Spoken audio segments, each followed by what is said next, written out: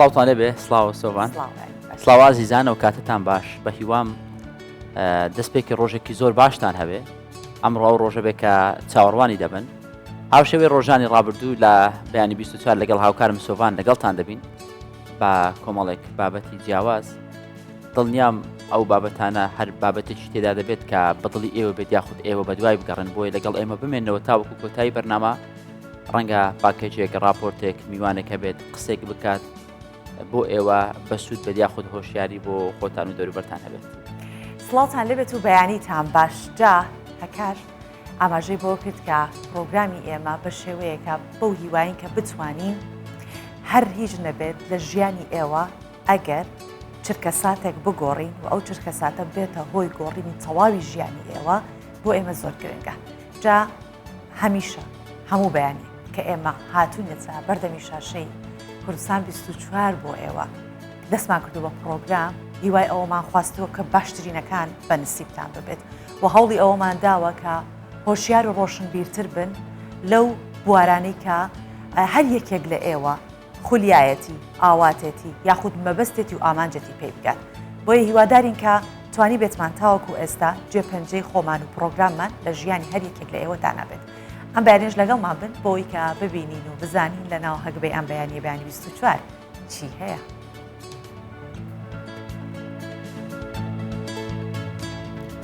مام عومەر هاوڵاتێکی شاری هەولێرە و 25 ساڵە خۆبەخشانە کوچە و کۆڵانەکانی شار پاک دەکاتەوە.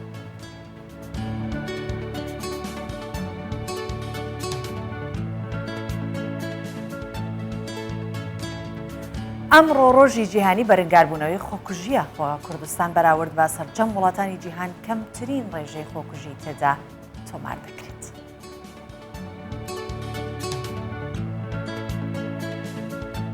خانەوادەیەکی پیشەگەری مستگەری شاری ماردینی باکووری کوردستان دەست لە پیشەی باو باپیرانیان هەڵناگرن دەڵێن نامانەوێت دەنگی چەکوشی مستگەران لا مێردین کب بێت.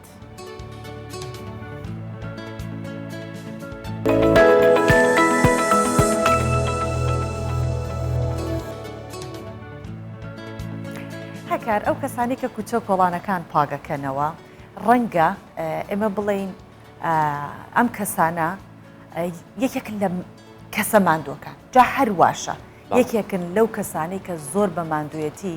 قوت و بژێوی ژیانی خۆیان پەیدا ئەکەن ڕەنگە بۆ تۆ یەک چرکە سات بێت کە شتێک فڕەدەیتە سەرزەوی بەڵام بۆ ئەو چەمانەوەی پشتێکە کە دەبێت لە تەمەنێکایە کە ناتوانە پشت بچەمێنێتەوە یان لە تەمەنێکایە کە ئەو فشارە بۆ ئەو زۆر قورس و گرانە تۆ یەک چرکە شتێک فڕە ئەدەی بەڵام ئەو کاریگەری تەندروستێکی زۆری لەسەر ئەبێت. لە شاری هەولێر باسی کەسێکەکەن کە ناوی مام عومەرە دەستی ماندوو نەبوونی ئەوان دەگوشین کە شار هەمیشە بەهۆی ئەوانەوە پاک و خاوێنە. جا ڕەنگە کەسانێکە بن وەکو پیشە کاری پاکی ڕاگررتنی شار و کوچە و کۆڵانەکان بکەن بەڵام ئەوەی کە مام عومەر جیا دەکاتەوە مام عومەر خۆبەخشانە ئەم کارە دەکات تەنیا لە پێناو وجدانی خۆی لە پێناو خۆشویستنی شار و کوچە و کۆڵان و وڵاتەکەی خۆی و وەکو ئەرکێکی ئاینیش کە پاگڕاگررتنی ژینگە ئەمە بێگومان ئەرکێکی ئاینیشە هەموو ئەمە خاصیەتانە لە مام عومەر جێیبۆتەوە. مام عومەر ماوەی زیاتر لە 25 ساڵە خۆبەخشانە کوچە و کۆڵانەکانی گەڕەکی تەیراوە پاک دەکاتەوە و بۆتە ناوێکی دیار لە گەڕەکە. جا مام عومەر چیرۆکی کارە خۆبەخشیەکەی بۆ کوردستان 24 دەگەڕێتەوە ئەو کاتێک کە شەقامەکان پاک دەکەمەوە ئەڵێت کە دەحەسێمەوە لە ڕووی دەرونیەوە ئارامی پێدەبەخشێت. ئێمەش سوپاسیەکەی و لەم راپۆرتە پیشانتانە دەین کە مام عومەر چەند بەدڵێکی خۆشەوە شارەکەی خۆی خۆشەوێت و گرنگی پێدات.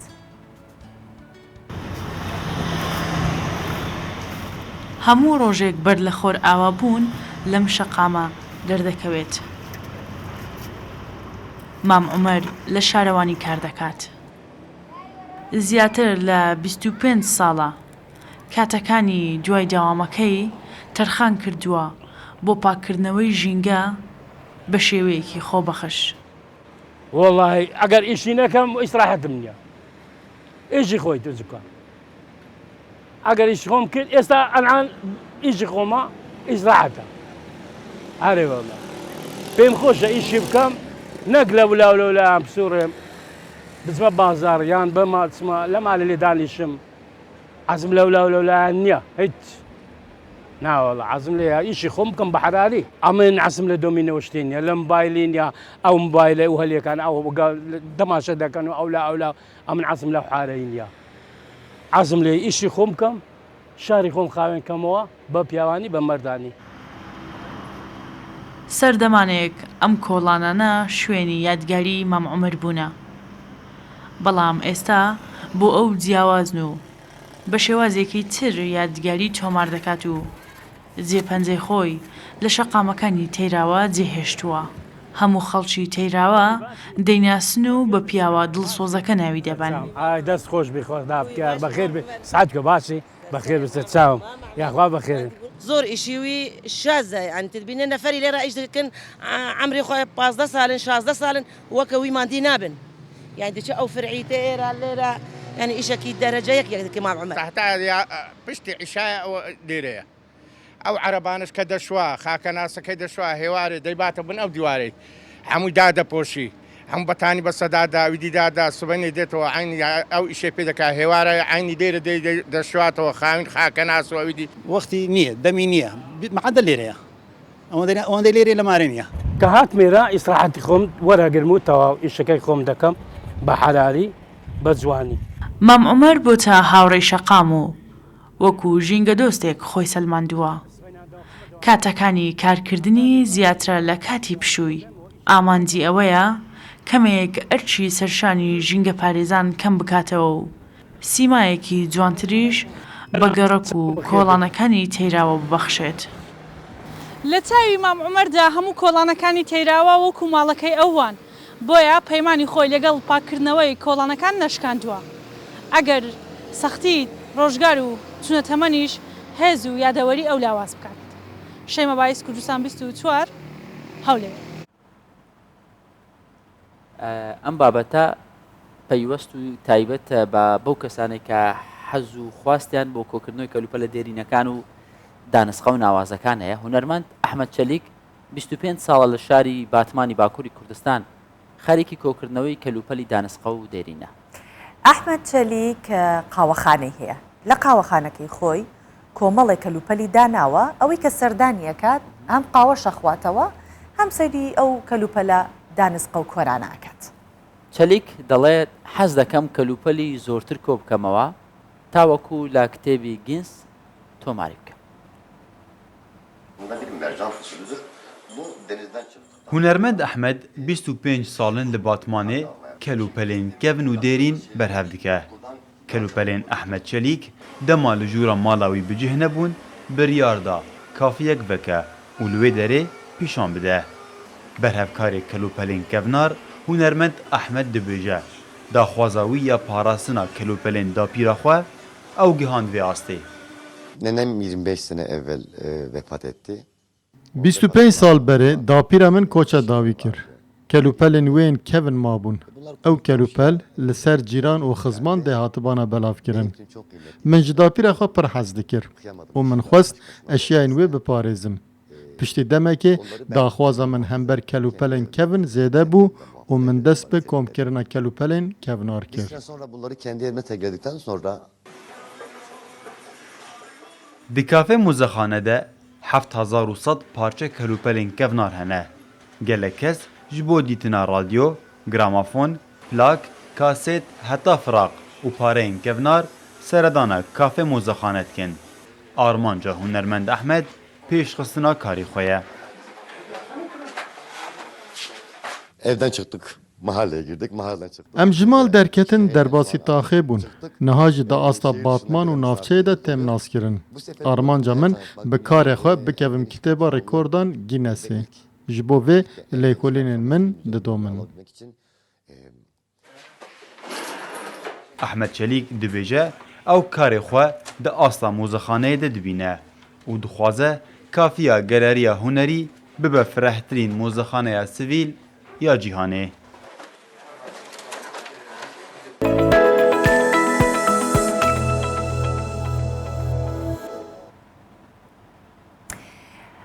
هەکار باس لە بابەتێکەکەین کە بابەتێکە سپاس بخوا لە سەرەتای پرۆگرام و ئاماژەمان پێکرد کە هەرێمی کوردستان ڕێژەی کەمترینی خۆکوشتنی لە ناو وڵاتانی جیهان هەیە بەڵام لە هەر 40 بۆ 45 چرکەیەک کە لە کات تێئەپەڕێت کەسێک لە جیهانە خۆی ئەکوژێت واتە مامناوەندی خۆکوشتن لە جیهانە 630,000 کەسە لە ساڵێکدا کە ئەمە ڕێژێکی زۆر زۆرە هەندێک وڵاتی هەژارن کە ڕێژەکان زۆر تیادا بەرزە و ڕێژەی خەڵک وازانێ خۆکوشتن لە ژنا زۆرە بەڵام بە پێچانە و لە پیاوان زۆرە جاباسی ڕێژەی خۆکوشتن لە ئەمریکا ئەکەین کە تا دێت ڕێژەی خۆکوشتن لە ئەمریکا هەکار زیادەکات چەندێکیش وڵاتێکی پێشکەوت بەڵێ بە گوێرەی ئامارێکی ناوەندی کۆنتترۆلکردن و خۆپاراستن لە نەخۆشیەکان کە ناوەندێکی ئەمریکیە ڕێژەی خۆکوشتن لە ساڵی 2022 بەراورد لەگەڵ ساڵی 2021 بە ڕێژەی لە 2.6 زیادی کردووە. جا ناوەندەکە شتێکی تریش ئاشکراکات هەکار ئەڵێ تەنیا لە ساڵی 2021 12.3 ملیۆن گەنجی ئەمریکی بیریان لە خۆکوشتن کردوتەوە و ئەمە ڕێژێکی زۆر زۆرە. بێگومان دەشڵێت 3.5 ملیۆن ئەمریکی پلانیان بۆ داناوە و 1.7 گەنجی ئەمریکیش ئەمان شاوڵی خۆکوشتنیان داوە. جا لەو ڕێژەیە 48,138 کەسی خۆیان کوشتووە. ئەمە شواتە بۆ هەر 11 خولەکێک کەسێک لە ئەمریکا خۆی دەکوژێت نەک تەنیا لە جیهان لە ئەمریکا لە 11 خولەک جارێک کەسێک خۆی دەکوژێت بێگومان ئەمە ڕێژەیەکی زۆرە. ئەمە دەبێتە بابەتێکی سەرەکی تەوەری ئەم ڕۆمان کە ڕۆژی جیهانی بەرەنگاربوونەوەی خۆکوژیە ئێمە میوانمان دەبێت بەڕێز دکتۆر ئەفرام محەممەد پزیشکی نەخۆشیە دەرونیەکان لە ستۆدیۆی سلێمانی و لەگەڵمان دەبێت بەیانیت باش دکتۆر ئەفرام خۆشحاڵی لەگەڵمانی. بەیانیتان باش دکتۆر. دکتۆر پێش هەموو شتێک با بزانین ئەوەی کە بیر لە خۆکوشتنیش ڕکاتەوە لەگەڵ ئەوەی کە خۆی دەکوژێت ئەتوانین بڵین هۆکارێکی تایبەت هەیە لە مرۆڤەکان ڕوو ئەدات کە مرۆڤ ئەوەی کە زۆر بە قیمەتە لە لای ئیتر بۆ ژیان هەموو هەنگاوێک دەنین ئەو مرۆڤە وای لێ دێت کە دەستبەرداری ژیانە بێت و خۆی ئۆکوژێت تاکو ئێستا زانست گەیشتۆ بەوەی کە بزانن هۆکار چییە کە مرۆڤەکان دەگەنە ناوئومێدی خۆیان دەکوژن؟ خۆی بێگومان ئەگەر باس لە هۆکاری خۆکوشتەکەین کۆمەڵێکی زۆر هۆکار هەیە بەڵام پرسیارەکە بەڕێزت زۆر بە دیاریکراوی ئەبەسیت ئایا هۆکارێکی زانستی واتە منەوەی کە لە پرسیارکە بەڕێزت تێگەم ئایا هۆکاری زیادبوون یان کەمبوونی مادەیەکەی لە جەستەی مرۆڤدا کەوای لێ بکات خۆی بکوژێت بەڵێ لە ڕووی زانستیەوە تێبینی کرا ئەو کەسانی کەوا بیری خۆکوشتنی جدیانیان هەیە یان هەوڵی خۆکوشتنیان داوە هەندێک پێکاتر لە جەستیانە ئەگەری کەمبوونی هەیە بە تایبەتی مادەی 5 هایدرۆکسی ئیندۆڵ ئەسیدیک ئەسید کامە لە دڕکەپەتکا هەیە تێبینی کرا ئەو کەسانی کەوا بیری خۆکوشتن یان هەوڵی خۆکوشتنیان هەیە ئەم مادەیان گۆڕانکاری بەسەرە لە هەمان کاتە تێبینی کراوە حاڵەتی بۆ ماوە ئەگەری ئەوە هەیە حاڵەتی خۆکوشتن زیاد بکات لە تاکە وێ ئەگەر لە خێزانێکە ئەندامێکیان یان مێژووی خۆکوشتنیان هەبێت لەو خێزانەیە ئەگەری ئەوەی کەوا ئەندامەکانی تریان هەمان ڕێچکە بگەرنە بەر و هەوڵی خۆکوشتن بن زیاتر وەک لە خێزانێکی تر کەوا هەوڵی خۆکوشتنی تێدا نەبێ لە ڕووی زانستیەوە هەم بۆ ماوە بەڵگەی تەواوەتی هەیە لەسەری هەم زیادبوونی ئەو مادێش بەڵام بێگومان کۆمەڵێکی هۆکاری تر هەن کەوا پەیوەندیان ڕاستەوخۆ بە جەستەوە نێواتە هۆکاری بایۆلۆجی نین بۆ نمونە هۆکاری وەرزی ساڵە هۆکاری تەمەنە هۆکاری ڕەگەزە لایەنی ئاینیە کۆمەڵێکی تری هۆکار هەن ئەگەر لە بەرنامەکەیە کاتیۆ بێ باسی بکەین بێگومان هۆکاری تریشێوە لە مرۆڤەکە پەنەبەرێت بەر خۆکوشتن یان ڕێگر بێت لەوەی کەوا مرۆڤ خۆی نەکوژێت. باشە دکتۆر ئەفرام بێگومان باست کرد تەمەن بۆ تەمەن جیاوازە بە پێی هۆشیاری کەسەکە زیاتر لە چ تەمەنێک مرۆڤەکان هەوڵی خۆکوشتن دەدەن و کە پێویستە چاودێریان بکرێت لەو تەمەنە یان لانی کەم بیری لێ بکەنەوە بەپێی ئەو داتانێکەوە لە سەران سەری جیهانە بڵاو دەکرێتەوانێ تەمەنی 15 ساڵی بۆ تەمەنی 30 ساڵی بە مەترسیداترین تەمەندا ئەدەنرێت و خۆکوشتن لەم تەمەنە بە دووەم هۆکاری مردن دائەنرێت واتۆ دواوێ ڕووداوەکانی ڕێگەوبان بە هۆکاری یەکەم دائەنرێت خۆکوشتن لەم تەمەنە بە دووەم هۆکاری مردن دادەنرێت لە تەمەنی 15 بۆ 29 ساڵی بەڵام تەمەنێکی کەشەیە کەوا خۆکوشتن تیا زۆرە بێت بەڵام نەک لە وڵاتانێکەوە باگراوندێکی ئاینیان هەیە لە هەندێک وڵاتی تردا لە دوای تەمەنی 65 ساڵی جارێککە کێروی خۆکوشتن بەرزەبێتەوانێ واتە ئەگەر لە سەرەتای مناڵیە کەمە لە 15 بۆ 30 ساڵی کێروەکە زیاکات و دواتە ڕێژەکە دابدودە 30 ساڵی تا تەمەنی 65 ساڵی لە ئاستێکی جێگیر ئاوەستێ بەڵام دوای 65 ساڵی جارێک کەم تەمەن ئەگری خۆکوشتن زیاترێ بێتەوە لە چاو جارانی پێشوە. باشە دکتۆر دەوترێت لە ئەو لێکۆڵینەوانی کە ئەنجام درراوە ئەوە نیشانەدات کە لە کاتێکا کەسێک کە خۆی دەکوژێت لە دوای ئەوە 135 کەس پێی کاریگەر ئەبن بەو کردداری کە کردوێتی و لە ناوان ئەو 135 کەسە 25 کەسیان چاو لەو کەسە دەکەن کە خۆی کوشتووە. ئایا ئەمە دەتوانێت چۆن ڕێگیری لێ بکرێت چونکە چۆنڵێت ئەوەی چوو لە دەستی کەسەکان چووە بەڵام ئەوەی کە ماوە نەبێتە هۆکاریەوەی کە چاولێکردن ببێت و کەسێکی دیکە خۆی بکوژێت لە دوای ئەوە چۆن ئەتوانرێت چۆنڵێت پێشگیری لەم شتە بکرێت ڕێگری لەم شتە بکرێت. وەکو بەڕێستان وتان بەڵێ کاتێک لە ناوەندێکە کەسێک خۆی ئەکوژێت جا ئەو ناوەندە خوێندنگە بێت یان فەرمانگەیەک بێت ئەگەری خۆکوشتنی ئەو کەسانی کە لەو شوێنیان بە ڕێژەی 12 هێندە زیاکە دووبارێکەمە 12 هێندە نەک لە 12 واتە 12 ئەوەنەی ژینگەیەکی تر کەسەکان مەترسی خۆکوشتنیان لەسرە بە تایبەتی ئەگەر و کەسەی خۆی کوژێ کەسێ بێت لەلایەن دەوروبەرەوانێ جێی سەرنج بێت واتە گەر مامۆستایەک بێت لە قوتابخانە هونەرمەندێکی ناسرااو بێ وەرزشەوانێک بێت کەوا خەڵکی زۆر سەرسان بێ پێی کاتی ئەم کەسانە خۆیان نەکوژن مەترسیەوەی کەوا دەوروبەرەکەی زیانی پێ بگات 12 هێندێ گرنگترین شت لەم کاتەیە کەمە پێشتر لە کوردستانە حاڵەتی وامان هەبووە ئەوەی کەوا فەرمانگەی تەندروستی ئەو ناوەندە هەڵەسێ بە سەردانکردنی ئەو شوێنە جاگەر و قوتابخانە بێ فەرمانگە بێ یان ڕێکخراوێ بێ سەردان و شوێنەکە بۆ بەڵاوکردنەوەی هۆشیاری لە نێوان خوێندکارەکانە و بۆ دراستەکردنی خودی ئەو حاڵەتە دواتر بریتە لە پێدانی هەندی ڕێنمای بۆ کەسانی کە زۆر نزیکن لەم تاکۆ واتە ئەشێ لەم خوێندنگیان لەم ناوەندەیە کەسانێکە بن زۆر نزیک من لەم کەسێکەوە خۆکوشتنەکەی بە ئەنجام گەیاندووە ئەم کەسانە بێ کەسی پسپۆری تایبەت بیان بینێ کە زۆر جار پزیشکی دەرونی نییە بەڵکو چارەسازی دەرونیە چکە لە حاڵەتێکا زۆر پێویست بە پزیشکە کات ئەگەر بێت و ئەو کەسانە هەندێکیان پێویستی بە بەکارهێنانی دەرمان هەبێت واتە ئەم حاڵەتە گۆڕانکاری خەوتن و خەو سیستمی ژیانی تیاو بێ بەڵام ئەگەر کەسەکە تەنها هەست بە حاڵەتی دڵتەنگی و بێزاری و خودی لاسایکردنەوە لە ناخیا دروست بێ لەم حاڵەتە ڕۆڵی گەورە ئەکەوێتە سەرشانی چارەسازانی دەرونی کە سەردانی ئەو شوێنەکەن و ڕێنمەیە بڵاوکۆن لە نێوان ئەو گروپێکەوە تاکێکیان بەرەڕووی ئەو ناڕەحەتی بۆ تۆ. باشە کاکتۆر ڕەنگە ژینگە کۆمەڵایەتی و خێزانیەکە هەندێک جار پاڵنەر بێ لەوەی کە کەسێک تووشی کێشەیەک دەبێت گرفتێک دەبێت نەتوانێت لە لای خێزانەکەی خۆی لە لای کەسە نزیکەکانی باسی کێشەکانی بکات بەڵام تا چەند گرنگە ئەو کەسانێک کە کێشەیەکیانەیە سەردانی پزیشکی دەرونی بکەن پزیشکی دەرونی چەند هاوکار و پاڵنەر دەبێت لەوەی بتوانێت ئەم فشارێک دەرونیە کە لەسەری هەیە کەمی بکات و بە تایبەتی دووری بکاتەوە لەم جۆرە بیرکردنەوانە. بەڕێزت باست لە خێزان کرد هەر حەزەکەم وەکو تێبینێ بڵێم ئەو کەسانێکەوە هێشتا ڕەبەنن واتە سنگڵن ئەگەری خۆکوشتنیان دوو هێندەی ئەو کەسانەیە کەوا چوونەتە ژیانی هاوسەریەوانێ بەڵام ئەو کەسانەشی کە لە ژیانی هاوسەریانە تووشی گرفت و جیابوونەوە ئەبن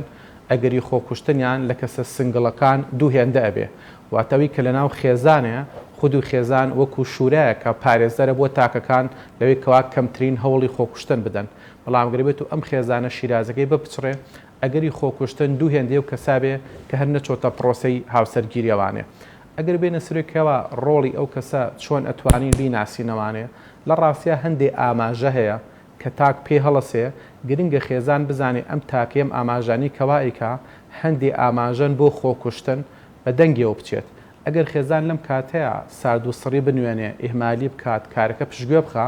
ڕەنگە کاتێ فریای بکەوێت کەوا زۆر شە دەست چوو بێ ئەم ئاماژانی کەوا تاک پێش خۆکوشتن ئەیگەێنێ بە خێزان ئەگەێنێ بە هاوڕێکانی ئەگەێنێ بە هاوپیشەکانی هەندی ئاماژەی تێ ئاماژەی زارەکیە هەندێکی ئاماژەی نازارەکیە ئاماژە زارەکیان پسەن پێی ئاخاوتنە واتە ئەم کەسە لە ڕووی زارێکیەوە یان بە شێوەی ڕاستەوخۆ یان ناڕاستەوخۆ باس لە خۆکوشتنەکە بە شێوەی ناڕاستەوخۆ کە هەر زارێکی بێ ئەڵێ ئەمە کواژیانە مردن لەم ژیانە باشترە ئەگەر جارێکی یەکمان بینێوانێ من بێزارم لە ژیان ئەمە لێرەتر سەرەتاوێک کەوا تاک هەستەکە بەلایەوە ژیان ئەو بایەخەی نییە بەڵام ئەگاتە ئاستی دووەم کە خێزان هەر گوێی نایەتێ ئەم کەسەگا توێ کاوا بڵێن پەیامی ڕاستەوخۆی زارێکی ئەگەێنێت ئەڵێ ئەگەر فلانشتم بۆ نەکەن خۆمە کوژم بەنیازم خۆم بکوژم ئەگەر ئەو شتم بۆ نەکرێ یان ئیترگەر خوێندن بێ شتێ بێگەر ئەو نمرێنێنم خۆمە کوژم فلانشتم بۆ نەکەم خۆمە کوژم لێرە تاک بە ڕاستەوخۆ باس لە خۆکوشتنەکە بە شێوی زارەکی لە جۆری دووەمە ئەشێ تاک ئەم شێوازە وەرنەگرێ شێوازی ناڕاستەوخۆ وەربگرێ لە شێوازی نازارەکیە کەوا کەسەکە بەدەم نایڵێ بەڵام بەکردارە نازارێکەکە ئەشێ هەندێجا بریتێبە لە شێویکی ناڕاستخۆ کەسە چێ ماڵ ئاوایەکە لە دەوروبەر ئەگەر قەرزی لاوێ قەرزەکانە گەڕێنێتەوە هەستەکەیم کەسە گۆڕانکاریکی ڕاستەخۆ لە ڕەفتارەکانی ئەبێ بەبی ئەوەی شتێکی ئاشکرا هەبێ ئەم گۆڕانکارانە بۆ ڕوویداوە هەندێک جار چەم کەسە پەیامە نازارێکەکەی بە شێوەیەکی ڕاستەوخۆ بێواتە کەسەکە ڕاستەخۆ تێگەم کەسە بە نیازی خۆکوشتنە ئەچێ بۆی چەکە کڕێ دەمانچە کڕێ ئامریکی زیانگاندن بە خودە کڕێ نەوت کۆکاتەوانێ بێ گرگە خێزان کاتێک کە هەستی کرد ئەندامێکی هەندێ ئاماژەی ڕاستەوخۆیان ناڕاستەوخۆی چزارێکی و نازارێکی بێ سەردانی کەسێکی پسۆڕی پێ بکە جااو پسۆرە مەرج نییە هەمیشە پزیشێکی دەرونی بێ ئەشێ زۆر جار چارەسازێکی دەرونی بێ ئەشێ توێژەرێکی کۆمەڵایەتی بێ ئەشێ مامۆستایەک بێ لە قوتابخانەکە کەم خوێندکارە لەوەی نزیکە ئەشێ ئەندامێکی تری خێزانەکە بێت لە پلەدووەکان خاڵ بێمان بێپور بێ کە بزانێ ئەم تاکەی خێزانی لەو کەسۆ نزیکە بێ گرفتەکانی بۆ باس بکات ئەگەر بزانێ ئەم تاکە ناتوانێت نهێنەکانی بدرکێنێ لەم کاتە ڕۆڵی ئەندامانی دەروی خێزان دەست پێکا کە بریتێ لە دام و دەستگاکان جا چ پزیشێکی دەرونی بێت یان توێژەری دەرونی یان چارەسازی دەرونی یان توێژەری کۆمەڵاتی کەم تاکە ئەبینێ ئێمە تێبینیمان کردووە ئەبینین کەسێکێ 2 مانگ 3 مانگ حاڵەتی خەمۆکی هەیە کۆمەڵە گرفتی هەیە بەڵام ئامادەنە بۆ بە هیچ کام لە ئەندامەکانی خێزانی بڵێ بەڵام کاتێ سەردانی پزیشێکی دەرونی یان چارەسازێکە کات ئەبینی لە ماوەی 10 خولەک بۆ 20 خولەکە ئەم کەسە دێها زانیاری باسەکە بۆ دکتۆرەکە کە ئەتوانین لەسەر ئەو زانیارانە پلانی سەلامەتی و خۆپارێزی دابنێ کە زۆر گەرگی خێزان زانێ پلانە سەلامەتەکان چۆن دانرێت زۆر چاکە دکتۆر ئەفرام ئێستا جەنابەت ئاماژەت بە هەموو ئەو نیشانانە کرد ئەو بوونی خێزان چەندە گرنگە دواتر ئەتوانن پاشگەزی بکەنەوە لەوە پزیشکێکی دەرونی بیبینێت چارەخوازێکی چارەسەرکارێکی دەرونی بیبینێت لە دوای هەموو ئەم قۆناغانە تر مەترسی لەسەر ئەو کەسە هەیە دیسانەوە ئەم بیرۆکەیە لە مێشکە دروست ببێتەوە و جارێکی تر بیر لە خۆکوشتن کاتەوە بەستمە لە دوای ئەوەی کە چارەسەری وەرگرت چۆن ڕەفتاری لەگەڵ بکرێت ئایا هەمیشە ئەبێ لە ژێر چاودێری بێ مەترسی ئەوەی لەسەر هەیە بێگومان ئەم کەتە سەر ئەو هۆکاری کە پاڵنەرە بۆ ئەوەی تاک پەنابێت بەر خۆکوشتن ئەگەر هۆکارەکە دووبارە و سێبارە بێتەوە و گرفتەکان بەردەوام بێ بەڵێ دیسانەوە بیری خۆکوشتنەکە دروستە بێتەوانێ بەڵام ئەگەر بێت و گرفتەکە لە ڕێگەوە چارەسەر بکرێت و گرفتەکە نەمێنێ ئەگەری بیرکردنەوە لە خۆکوشتن ڕێژەکەی زۆردا ئەبەزێ و ئەگەری دووبارەبوونی زۆر کەمە بۆ نمونە ڕەنگە خاتونێک گرفتەکە بێت کە لەگەڵ هاوسەرەکە بێک و ناگونجێن ئەم حاڵەتە وای لێ بکات پەنابێتە بەر خۆکوشتن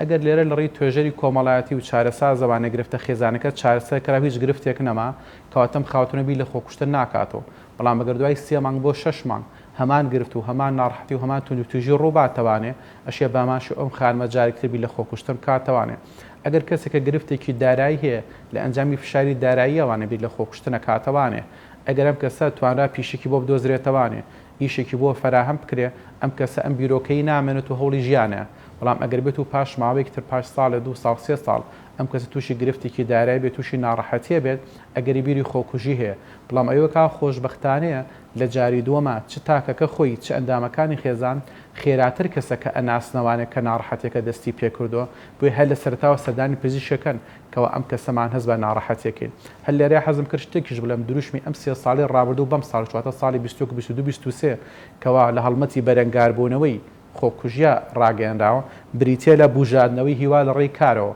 واتە چووکە بێکاری بێکێ لەوە کارە گرنگەکان دانراوە کەوا تاک پاڵ بە تاکۆنی بۆ خۆکوشتن وێ دروشمی ئەم 2 ساڵی ڕابردوو بەم ساڵی 3 ساڵە بریتێ لە بژاردنەوە یان لە دروستکردنی هیوا لە ڕێی کارکردنەوانێ باشە کاک دکتۆر زۆر جار مامەڵەتی نادروست لەگەڵ سۆشیال میدیا کێشە و گرفتی کۆمەڵاتی زۆر گەورەی لێ دەبێتەوە تا چەند ڕێگا دروستە هەڵبژاردنەکە لەگەڵ سۆشیال میدیا دەبێتە هۆی کەمبوونەوەی ڕێژەی خۆکوشتن یاخود بیرکردنەوە لە خۆکوشتن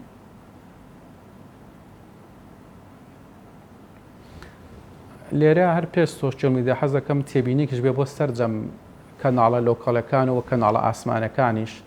بەڕێستان لە سەرەتای بەرنامەکە باستان لە هەندێک داتا کرد کە تەنها لە وڵاتە گرتوەکانی ئەمریکایە لە ماوەی 24 کاژێرە نزیکی 150 کەس خۆی کوژێت واتۆ خۆتاوەتان لە 11 خولەکە کەسێک خۆی کوژێ لە کاژێرەکە نزیکی 6 کەس دەکات لە شەو ڕۆژێکە نزیکی 150 کەس ئەکات لە ئەمریکا خۆی کوژێ ئەگەر کەناڵەکانی BBC و کەناڵەکانی تری ئەمریکا بەس بە مانشێت بنووسن فلانە کەس خۆی کوشت ئەوی کە خۆی کوشت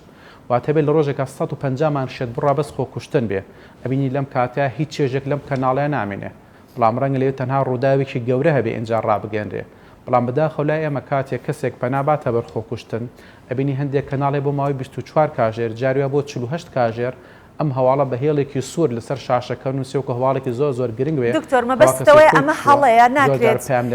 ئەمە ئەوە بەڕوون و ئاشکرایی باسی لێ بکرێت بۆی کە خەڵکی دیکە هۆشیار بێ ئەمە شتێکی زۆر هەڵەیە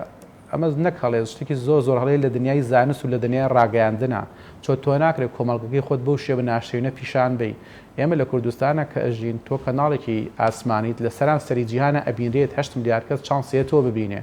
ناکرێت تۆ مانشێتی کەناڵەکەت کەناڵێکی ئاسمانی بیت تەنها دێڕێک بێت هاوڵاتیەک لە شوێنێکی کوردستانە لە پێنجێن لە سێ سایق لە دوهۆک خۆی کوشتووە کە تۆ نازانی هۆکارەکەی چییە پاڵنەرەکەی چیە لێکۆڵینەوە لەسەر نەکردوایە بە نەخۆشی بووە ئایا کێشێکی کۆمەڵایەتی بوو ئایا کێشێکی دارایی بوو ئایا بارودۆخێکی سیاسی بووە تۆ دانیشی ئەمان شێتە ڕۆژێک دوو ڕۆژ بە بەردەوام لە هەموو ماوەی خولەکێ بۆ دوو خولە کاتجاری ئەم دێڕە پیشانی خەڵکی لە کاژێرەکە 30 جارەکە لە شەو ڕۆژێکە 720 جار ئەمان شێتە پیشانی منەیی لە پێناوی چییە؟ یعنی لە ڕاستیامە لە ڕووی زانستیۆ کارێکی ئەڕێت وەکو هەواڵێکی بچووک ڕای بگەێنی و بڕوایان ئەشێ کەناڵێکی لۆکەڵی باس لەمە بکە بەڵام نابێت کەناڵێکی ئاسمانی بە شوێن ئەوە بێتکەوە هاوڵاتی خۆی کوشتبێ بە پامنێرێ بنێرێ وێنەی خوێنەکە پیشان با کەمە خوێنەکەتی لەو ژورای خۆی کوشتۆ ژووری خۆکوشتنەکە پیشان چەند کەسێ بانکە لەو کاتە و کەسان لەو کاتە خوێنیان گەرمە پاڵیان پێوەێ هەندێک قسە بکەن هەندێک شت بکەن کە لە کاتێکا ڕەنگە دواتە هەرو کەسانە خۆیان بام بکە دووسێ ڕۆژ دوایەکەوە هێورە بنەوە پیان نەخۆشم قسەیان کردو بەڵام ئەم شتە ئەمێنێتەوە لە کەناڵەکانە ئەمێنێتەوە لە میدیاکانە ئەمە وەکو کەناڵەکان سۆشیۆل میدیاش بێگومان لەبەرەوەی چاودێری بەسەر و کەمترە ڕقابە کەمترە کەسێک نێ بتوانێت سیستمێکی بۆ دانەوە یاسایەکی دیاریکراو نە لە هەرێمی کوردستان و لە عێراق دەسەبەت بە سۆشیۆل میدیا بێتە سەر خودی ئەو تاکە چۆنی ئەم پەیامە بگەێنێ هەندێک جار بەداخۆ پەیامی خۆکوشتن بە شێوەیەکی ئازایەتی و جوانە گەێنرێ وارتەکە لاسایکردنەوەی زیاتر بێ هەندێک کەسی شێ شارەزیە بزانێت چۆنم زانیارە گەێنێ بەڵام وەکو من لە ڕووی زانستی ئەوە توانم بڵێم شتێکی هەڵەیە کە تۆ حاڵەتەکانی خۆکوشتن بۆ ماوەی 24 کاژێر یان زیاتر لە کەناڵەکانە بە شێوی پەلە بیگەێنی هاوڵاتێک بەهۆی گرفتێکەوە لە شارۆچکەیەک لە لادێکی کوردستانە خۆی کوشتووە چ پێویستەکەم هەواڵە بە سەران سەری دنیا بگەێنێت کە هەندێک جار ناوی کەسەکە بە شێوی بکەیت بە شێوەیە کە نووسرێت بەڵێ باشە دکتۆر هەر بە لە ئەنگڵێکی ترەوە سەبارەت بە سۆشیال میدیا لەم بارەوە پرسیار لە جەنابەت بکەم ئەویش بەکارهێنانی سۆشیال میدیا بەم شێوەیە کە ئێستا هەیە و ئەم ژیانە بورژوازیەی کە خەڵکێک خۆی ئەنوێنێت لە ناو سۆشیال میدیا و ژیانێکی فێکی هەیە وای کردووە کە مرۆڤەکان بەوەی کە هەیەە ڕازی نەبن بەڵام چاویان هەمیشە لەسەر و ژیانە فێکەی خەڵکی دیکە بێت و ڕێژەی خۆکوشتن ئەمە زیاتر و زیاتر بکات لەبەرەوەی کە ئارامی و ئاسوودەی لە ژیانی مرۆڤەکانە کەم بۆتەوە هەمیشە بە دوای باشترین و پرفێکت بوونترین ئەگەڕێن کە بە شەرتێ دنیا شوێنی ئەوە نییە کە تۆ هەمیشە باشترینەکان هی تۆ بێت. بێگومان وەک بەڕێز سۆشیال میدیا بریتە لە جیهانێکی فەیک کە تۆ تەنها بە بۆچوونی خۆت جوانەکانی خۆت شتە باشەکانی خۆت پیشانی خەڵکیە دەیت کە زۆر جار ڕەنگە ئەم شتانەی بەڕێزت پیشانی خەڵکیت لە ڕاستیا مڵکی خۆشت نەبێت واتە چەگەر دیمەنی خانوویەک بێت دیمەنی گەشتێ بێت دیمەنی ئۆتۆمبیلێ بێ بەڵام تۆ بەمە دڵی دێها و سەدەها کەسی تر دڵتەنگ و بێتاقەتەکەیت کەوا ئەم سیمانە پیشانەی بێ ئەبینی گەنجێکی تر کەوا لە تەمەنی ئەم تاکە تەمەنی 15 بۆ 25 ساڵە هەمان فشار خاتە سەر ئەندامانی خێزانەکەی یان لەسەر دایک و باوکی بۆی هەمان شتی بۆ بکەن جا لە ڕووی پۆشاکۆ بێ لە ڕووی کەرەستەیەکەوە بێ کە خێزان ناتوانێت ئەمە بکات ئەمە سەرەتایەکە تا کەس بە ناومێدی بکە ئێمەوتمان دروشتم ساڵانەی پێشوو بژادنەوەی هیوای لە ڕێی کارەوانێ بەڵام کاتێک کە ئەم تاکە تۆ ناتوانانی هیوایەکی بۆ دروست بکەیت بەردەوام فشاری لەسەر دروستەکەی وە سۆشیۆل میدیاش بەو شێوە فەیک و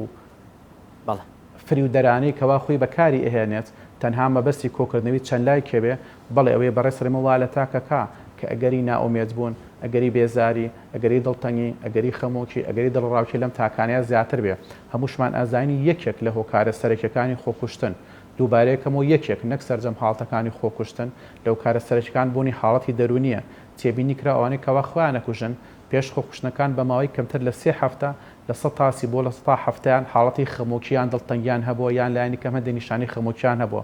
لە سا 20 یاوانێکەوە هەوڵی خۆکوشتنیان یان ئەگەنە خۆکوشتن لە مانگێک پێ خۆکوشتنەکە حاڵەتی دڵڕاوکیان هەبووە ئێمەش زانین جیهانی سۆشیال میدیایەکە لەو فاکتەرانەی کەوەکە حاڵەتی دڵڕاوکی و خەمۆکی زۆرتر بێ کەم دوو حاڵەتەش زۆرتر بوو کەواتە چانسی خۆکوشتنی زیاترە بێ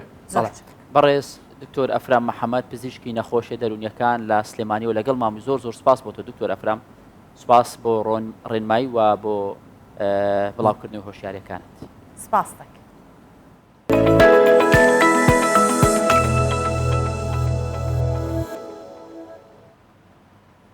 هەکار ئیتر وردە وردە بەرەو پاییز گاوەنەی و کەش و هەوا پلەکانی باسی ڕەوشە سەقایە بکەین با سەقا تۆکە ئیتر هەم دیمەنەکان زۆر جوانە بن هەم پلەکانی گەرمە نزمە بنەوە ئیتر ئەو گەرمانەمان نابێت کە وەکو هەموو ڕۆژەکانی دیکە پێویست بە فێنکەرە و ناو ئۆتۆمبیل تەبریدمە کوژێنەرەوە دەمانگوت لە 45 بێتە خوارێ هاتە خوار پلەی گەرمی گوتمان لە چل بێ ئێستا لە چلیش هاتە خوار ئێستا 38 ئەوانەیە پێم وایە ئێستا داوا دەکەین لە 35 بێتە خوار بۆ هەفتەی داهاتوو داوای خوارسی دەکەین وردە وردەوەما لێ دێ باسی پلەکانی سەروایە هەر داوای باشتر و کەشێکی خۆشتر دەکات ببینین بزانین پلەکانی گەرما لە شارەکانی کوردستان بەگشتی چەندە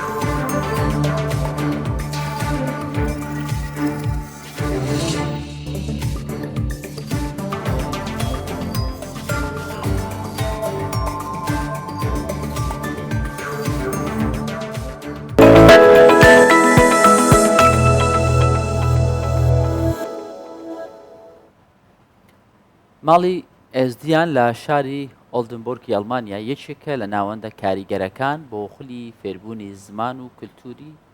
بۆ منداڵانی ئێستی جا بەرپرسانی ناوەندەکە هەوڵێکی زۆریان داوە لەو ناوەندە بۆ ئەوەی کە بتوانن لەوێ هاوکاری ئەو پەنابەرانە بکەن کە تازە دێنە ئەڵمانیا و لەگەڵ حکوومەتی ئەڵمانیاش ناوەندەکە پەیوەندێکی زۆر بەهێز و باشیان هەیە.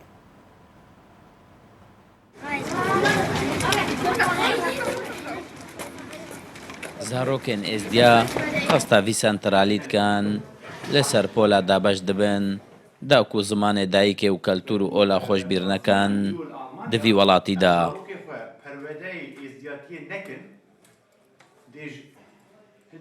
هەفتیە ئەس حتەکێ ئەس دەسێ دمە بەر زارۆکە مامۆستا عیلاژی سحەتێکی دەرسی دەبێ زارۆکە ئێ من ئەمرێوان 14 حتا 17 و ئێ عیلاج ساوەکە بێژم دەها حتا سێزات شتێکی وسایە مە پارە هەبودن کریە و ئەم دەرسێت نەبێ زارۆکەش بەرک و ئەم زانن ئیرۆ تو شتێکی بخوازی فام بکی لازم پەروەدە هەبێ ئانێک و هینبوون تو نەبێ تو نکاری تشتێکی فام بکی ئان بێژم تشتێک و تۆ بخوازیجی فام بکی گەرەکە وسا بەک و باش بێ پەروەدەکردن دەوی سەنتەرالیدا لە هەفخەرڤەبوون و بەهێ لێت هێنەکردن زێدەباری بابەتێن جڤاکیژیت هێنە بەحس و چارەسەرکردن مەگۆژ بۆی و زارۆکێ مە کولتور و عرف و عادەتێ خۆ زانبن چونکی ئەم وەختە ئەم هاتن مەگوامێ هەرن 2 ساڵە ئالمان بمین و بزەورنە وڵاتێ خۆ بێژە گاوێ مە دیندای هایلۆ زارۆکێ مە لڤر چێبوون لڤر مەزن بوون ژوان زارۆکەڕە و خۆ ناز بکن وەک ئێزدی مەدرسەک لازمە مەکتەبێک لازمە مالە ئێزدیانیا ئۆلدنبۆرکێ وەکو بەنگەهەکی باوەڕپێکری لڤی وڵاتی هاتیە ناسکردن گەلک کەیسێن گرێدای ڕەوشە ئێزدیا لێت بنە جێ بەحس و vەکۆلینێ مالا ئێزدیا لە خەریبیەش بۆ ئێزدیا بووە هێلینەکە ئێزدی ناسیە و شەوقەکە ڕۆنایەکە مەزن تەمامەتیە ئەڵمانیا دەدا و کارین مالا ئێزدیا گەلک بابەتێن جۆر بچوور دەکە لە گۆری وێژی بۆ مەیە هەری مهم ئەوە گوم ئێزدیاتی و ئێزدیا بدنە ناسکردن و پێش بخینن و کاری بنجی لۆبێکە باش بۆ ئێزدیا بکەن لە گۆرەی ئامارەکە نەفەرمی زێدەتری 250,000 ئێزدی دوی وڵاتیدا جین تەنێت وی باژێڕیدا بترش 7,000 کەسینە فێرکردنا ڤان زاڕۆیە لەسەر زمان و چاند و کەلتور و ئۆلەوان لڤی وڵاتی ژلای ڤان مالانڤە وەکو هەوڵدانەکە کوێ ئۆلاخۆ و زمان و چاند و کەلتورێ باب و کالان ژبیر نەکەن دەرمان بەعادری کوردستان 24 ئەڵمانیا هەکار دەزانی هەندێرنەوە نەتیجە هەن زۆر قشتن حەزەکەن شتێکە هی باو باپیرانیانە هەڵی گرن و بمێنێت بەدوارچن و پارێزگاری بکەن هەنێکیش هەیە باوەڕکە شتێکی کۆنە بەڵە کاکەدا و کەی باوی ماوە کەی ماوە دنیا بەرەو پێشکەوتن ڕۆژۆ هی باو باپیرانمانە هەردەستی لێ هەڵگرن وازی لێ بێنن جا لێرە باسی سێنەوە ئەکەین کە لە مێردین لە دوکانێکی کۆندا هەڵ دەدەن پیشەی باو باپیرانیان لە یاد نەکەن و خۆیان تەرخان کردووە بۆ بەردەوامیدان بە پیشەکەی باو باپیرانیان باپیرە و باوک و کوڕ بەیەکەوە دوکانەکەیان دەکەنەوە بەیەکەوەش دەگەڕێنەوە ماڵەوە ئەوان دەڵێن مس بۆ مێردین زۆر گرنگە نایەنەوێت دەنگی چەکوش لە بازاڕی مسگەران کب بێت مێردین شاری شارستانیەت و کەلتورە جیاوازەکانی باکووری کوردستان و تورکیایە دیالەوەش چەندین نەریتی جیاوازی لە خۆگرتووە و ئەمانەش کاریگەری ڕاستە و خۆیان بەسەر ژیانی کۆمەڵایەتی ئەو پارێزگایەوە هەیە ئێرە بازاڕی مسفرۆشانی مێردینە لە دوکانێکی کۆن سێنەوە هەوڵ دەدەن پیشەی باب و باپیرانیان لە یاد نەکرێت و خۆیان تەرخان کردووە بۆ ئەوەی بەردەوامی بە پیشەکەیان بدەن نیهاد ئۆزجان تەمەنی 70 ساڵە و 55 ساڵیشە لەو بازارە کار دەکات جگە لە خۆی کوڕەکەی و نەوەکەشی هەر لە هەمان شوێنن و پێکەوە کار دەکەن بۆ 55 yıldır bu işi yapıyorum 55 ساڵە ئەمە پیشەمە وەک میراتێک لە باوکمەوە بۆ ماوەتەوە کوڕ و ناوەکەشم فێری هەمان پیشە کردووە پێکەوە لەو دوکانە کار دەکەین جام و تاوە مەنجەڵ دروست دەکەین ئەو خواردانەی کە لە مەنجەڵ و تاوای مس دروست دەکرێن تامێکی ناوازە هەیە حەمام تاسları var سەعدەدین کوڕی نیهاد ئۆزجانە و لە تەمەنی 8 ساڵیەوە لەگەڵ باوکی کار دەکات و ڕژدە لەسەر ئەوەی دەست لە پیشەکەیان بەرنەدەن دەدەدەن بابەیە بۆ مەستەی ئەم پیشەیە دوای باوکم بۆ من و دوای منیش بۆ کوڕەکەم دەگوازرێتەوە مەس بۆ پارێزگاکەمان زۆر گرینگە ئەمە بەشێکی دانەبراوی کەلتور و هونەری شارەکەمانە هەوڵ دەدەین بەردەوامی پێ بدەین محەممەد ئەنەس کوڕی سەعدەدین و نەوەی نیهاد ئۆزجانە لە منداڵیەوە پیشەکەی خۆشویستووە و چاوی لە باب و باپیری کردووە Bu ilgim küçüklükten beridir yani babamla هەر لە منداڵیەوە بە شێوێکی بەردەوام سەردانی بازارم دەکرد هێدی فێری پیشەکە بووم هەموو بەیانێک لەگەڵ باوکم و باپیرم دەینە دوکانەکەمان خۆشەویستێکی زۆرم بەرامبەر بە پیشەکەمان هەیە. باباملا ئەمجەڵارملا. نیهاد ئۆزجان دەڵێت پێشتر لە 150 دوکانی ئەم بازارە پێداویستیەکان لە مس دروست دەکران و دەفرۆشران. دەنجی چەکوش و وەستاکان لە سەرتاسەری بازارەکە دەدایەوە، بەڵام ئێستا ئەو دەنگە لە بازاری مسفرۆشان کەس بووە. سینەماکاری کورد یەڵماز گونای یەکێکە لە ناوە زۆر گەورەکان لە مێژووی سینەمای کوردی و تورکیش، ینی ناوەکە بۆ خۆیان بەکاردێنن چونکە ناوی یەڵماز گونای ناوێکی زۆر دیارە لە جیهانی سینەمادا. ئەم سینەماکارە کووردا لە تەمەنی کورتی خۆیدا لە 114 فیلم ڕۆڵی جێراوە و جگەلەوە دەرهێنانی بۆ 26 فیلمی و با بڵێن فیلمی دیکە کردووە و سینارۆشی نووسیوە سیناریستیش بووە کە 64 فیلمی سیناریۆکەی هەر ئەو نووسیوێتێ و ئیتر دەیان خەڵاتیشی وەرگرتووە. گەورەترین خەڵاتی بالیمەی زێر بووە کە لە ساڵی 1982 لە فیستیڤاڵی فیلمی کان بەدەستی هێناوە. جا گونەی خەڵاتی بالمەی تەرخان کردبوو بۆ کوردستانێکی سربەخۆ و یەکگرتوو.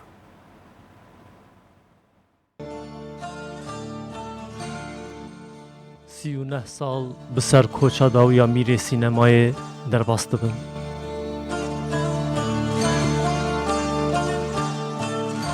یلماز گونەی di sala 1937 de li bajarê Edeneyê di malbateke hejar de ji dayîk dibe û her ji ber wê hejariyê ji zaroktiya xwe ve kar dike.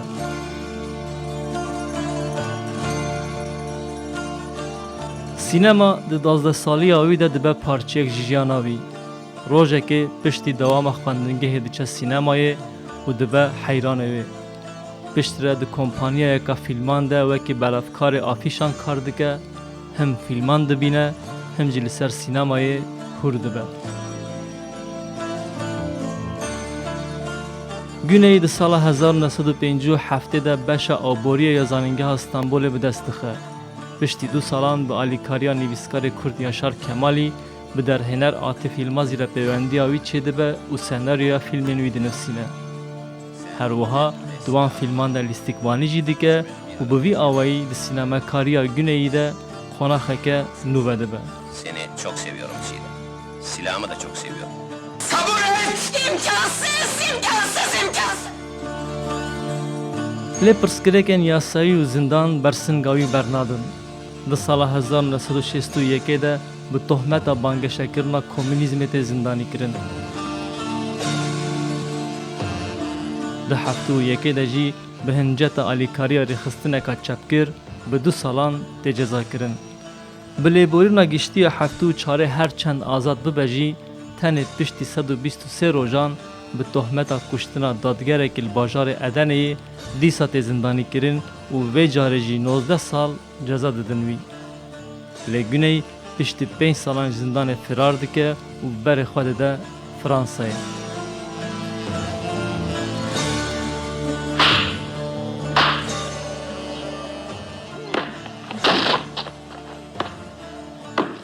Zindan nekarî bû heza ya sînemayê asteng bike û wî di nava çar dîwaran de 2 fîlmên navdar gerî û rê nivîsan dibin ku bindestiya Kurdan û dagirkeriya li Kurdistanê vedibêjin. Yılmaz Güney, la Palme d'Or de ce festival de Cannes, en les associant... Ji xwe fîlmarê di Festîvala Fîlmên Cannes sala 1982 de xelata Palmiyeya Zer dejmîrê sînemayê re bianiya. Türkiye, İran, Kürdistan, Suriye ve İran halklarının... Güney tenê sînemekarekî serkeftî nebû, ew milîtanekî siyasî bû jî. Bağımsız, birleşik, özgür bir Kürt ülkesinin, Kürdistan'ın çocukları olmak. Em dixwazin bibin zarokê welatekî serbixwe û yekgirtiyên Kurdan. Em dixwazin bibin zarokên Kurdistanê. Em dixwazin li ser axa xwe bi zimanê xwe stranên evînî û azadiyê bibêjin. Em dixwazin cîhana xwe axa xwe bi destê xwe bistirin ji nû ve ava bikin. û em dixwazin ser axa xwe bin ala xwe azad û serbixwe bijîn.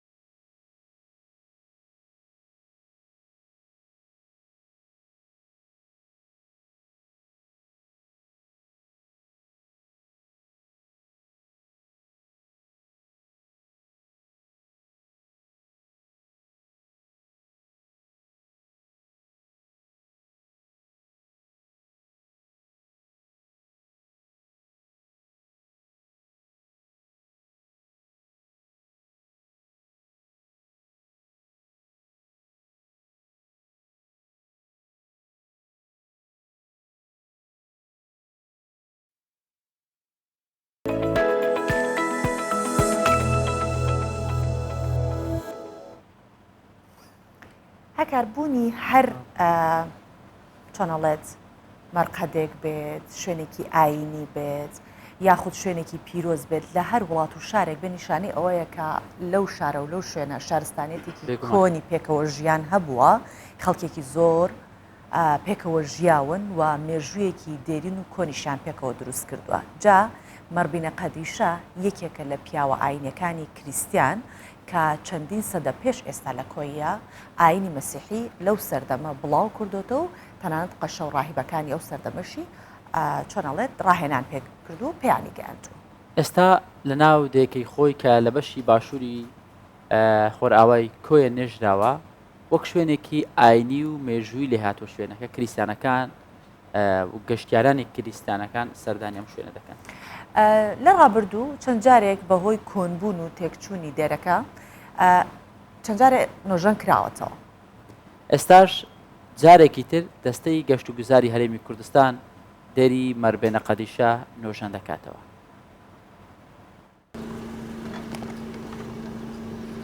نۆژەنکردنەوەی دێری مەربێنە قەدیشێ لە کۆیە شوێنێکی ئاینی کۆن مێژوەکەی بۆ زیاتر لە 15 سەدە دەگەڕێتەوە لە بەردەم دەرگای هاتنە ژوورەوە پەیکەرێکی مەریەمی پاکیزە بە بەرزی 5 مەتر دانراوە لە بەشی لایچەپی دێرەکەش پەیکەرێکی تری مەربێنە قەدیشە بە هەمان قەبارە لە چوارچەوەی گرنگیدان بە سێکتەری گەشتیاری ئاینی لە هەرێمی کوردستان دەستەی گەشت و گوزار نۆژەنی دەکاتەوە. گەشت و گوزاری ئاینی وەک جۆرێک لە جۆرەکانی گەشت و گوزار ئەمڕۆ لە دنیادا مۆدەیەکی باشیە یاخود لە باوە و لە برەودایە لەو چوارچەوەیەدا ئێمە لە سنووری قەزای کۆیە چەند شوێنێکی ئاینیمان هەیە بە نمونە مەزاری مەربێنە قەدیشە کە مەزارێکی کۆنی کریسیانەکانە دەتوانین بڵێن سمبولی پێکەوە ژیانی نێوان مەسیحی و کریسیانەکانی کۆیەوە ئێمە لەو چوارچەوەیدا وەک بەڕێوەبەرایەتی گەشت و گوزاری کۆیە لە پلانماندایە گرنگی بۆ شوێنانە بدەین نۆژەنیان بکەینەوە هەروەها بە بازاڕیشیان بکەین. مەربێنە قەدیشە هاوشێوەی حوجرە لە ئاینی ئیسلام بۆ پێگەیاندنی فەقێ و پیاوانی ئاینی شوێنی پێگەیاندنی قەشە و ڕاهیبەکان بووە. مێژووی دروستکردنی ئەم دێرە دەگەڕێتەوە بۆ سەرەتاکانی ساڵی زاینی هەر بۆیە لە ڕابردوودا چەندین جار تێک چووە و تێک دراوە لە ئێستادا نۆژەن دەکرێتەوە. هەرێمی کوردستان شوێنی پێکەوە ژیانی پێکاتە نەتەوەی و ئاینە جیاوازەکانە و هەمووان تایدا بە ئاشتی و تەبایی دەژین. مەربێنە قەدیشە موسڵمانان بە شێخ محەممەدی دێرێ دەیناسێنن هەر بۆیە کریسیان و موسڵمانان بە شوێنێکی پیرۆزی دەزانن و سەردانی دەکەن. لە ئێستادا جێگای شانازیە کە وجودی پێکەوە ژیانی نەتەوەکان و ئەدیانەکان ئێمە هەموو کات ئەوە ئەڵێن کە باشترین شت ینی زۆر شتە باشەکان هەیە بەڵام باشترینیان ئەم تاعیش و پێکەوە ژیانەیە کە لە ئێستادا خەڵک شانازی پێوە دەکات وجودی پێکاتەکانە وجودی ئەدیانەکانە بە تایبەتیش حکوومەتی هەرێمی کوردستان لەم کا زیاتر پشتیوانە ئەمە زۆر زۆر گرنگە. هەرێمی کوردستان شوێنێکی لەبارە بۆ بەرهێنان لە بواری گەشتیاریدا ئاسایش و ئارامی و کەش و هەوا و سروشتی لەباری بۆ گەشتیاری هەیە. لە 8 مانگی ڕابردوو 6 ملیۆن گەشتیار هاتوونەتە ناوچە گەشتیاریەکانی هەرێمی کوردستان. پلانی دەستەی گەشت و گوزار ئەوەیە لە 6 ساڵی داهاتوو ڕاکێشانی گەشتیاران بۆ 3 تا 4 ئەوەندەی ئێستا بەرز بکاتەوە. ئارەسەمی کوردستان 24 کۆیە. ئەمەی بینیمان ما بابەت و تەوەر و بەرگەکانی ئەمڕۆ بیانی 24 بوو. دوادارم توانی بێتمان ئەو بابەتانی هەڵمان بژاردووە بابەتانێک بن کە سوودی بۆ ئێوە هەبێت. هیوای هەمیشە باشیتان بۆ خوازی ماڵتانەوە خواتان لەگەڵ.